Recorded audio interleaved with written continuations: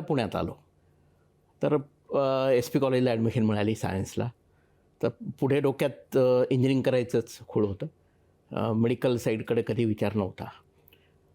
SP कॉलेजला आल्यानंतर मग तिथे खऱ्या अर्थानं माझी एकूण एक जडणघडणीला सुरुवात जी आहे ती तिथे झाली. सगळ्यात पहिल्यांदा म्हणजे प्रॉब्लेम होता मराठीचा.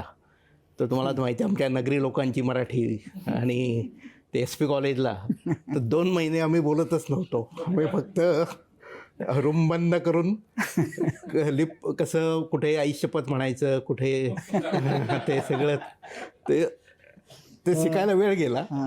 असं झालं की आपण आई शपथ म्हणायचं असं ठरवत होता का? पण त्याचा फायदा झाला मला. ते जे मराठी तिथे मी शिकलो त्याचा मला पुढे फायदा झाला. UPSCचा मी जेव्हा मराठी वाङ्मय हा विषय घेतला आणि त्याचा अभ्यास करायला मला नक्कीच त्याचा फायदा झाला.